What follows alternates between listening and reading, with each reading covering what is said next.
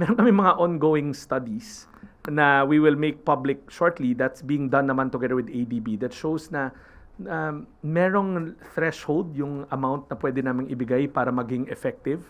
Just to give you a broad idea, we'll publish it soon rin naman, na meron doon kaming tinakbong pilot wherein we gave 3,000, 5,000, 8,000. Pero lumalabas sa dulo, yung epekto niya kung 3, 5, or 8 is pretty much the same as 3.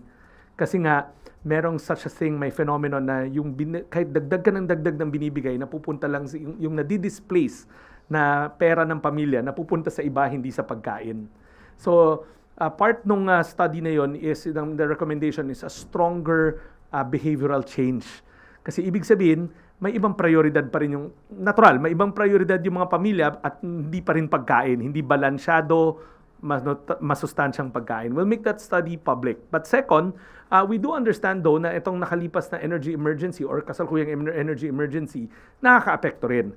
That's why kung matatandaan nyo, doon sa sa group 1 ng uplift assistance, may top-up amount na 2,000 ang bawat walang gutom beneficiary. So cash yun na inaabot on top of the 3,000 na food credits. Patapos na tayo doon, by August 14, they should be all have been given their 2,000 pesos. Doon sa study na ipapublish namin, patapos na yun, ADB, they'll show it to us, walang effect in terms of direct impact sa nutritional status ng pamilya. These indicators.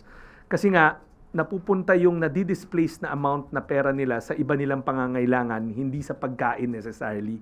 So baka kahit itaas namin ng itaas, nakakatulong sa pamilya pero hindi sa larangan ng pagkain, kundi sa larangan ng ibang bagay na importante rin sa kanila. Halimbawa, rental, school supplies, transpo, pero hindi kasi yun yung programa eh. The program is an anti-hunger program. By us adding more money, pero hindi namin matranslate to direct results in reducing hunger, pagbaba ng food insecurity at pagbaba ng food poverty, mako-question nyo kami. Diba? It would have been another type of dole-out na napupunta sa ibang bagay. But this is a social development program aimed at lowering hunger.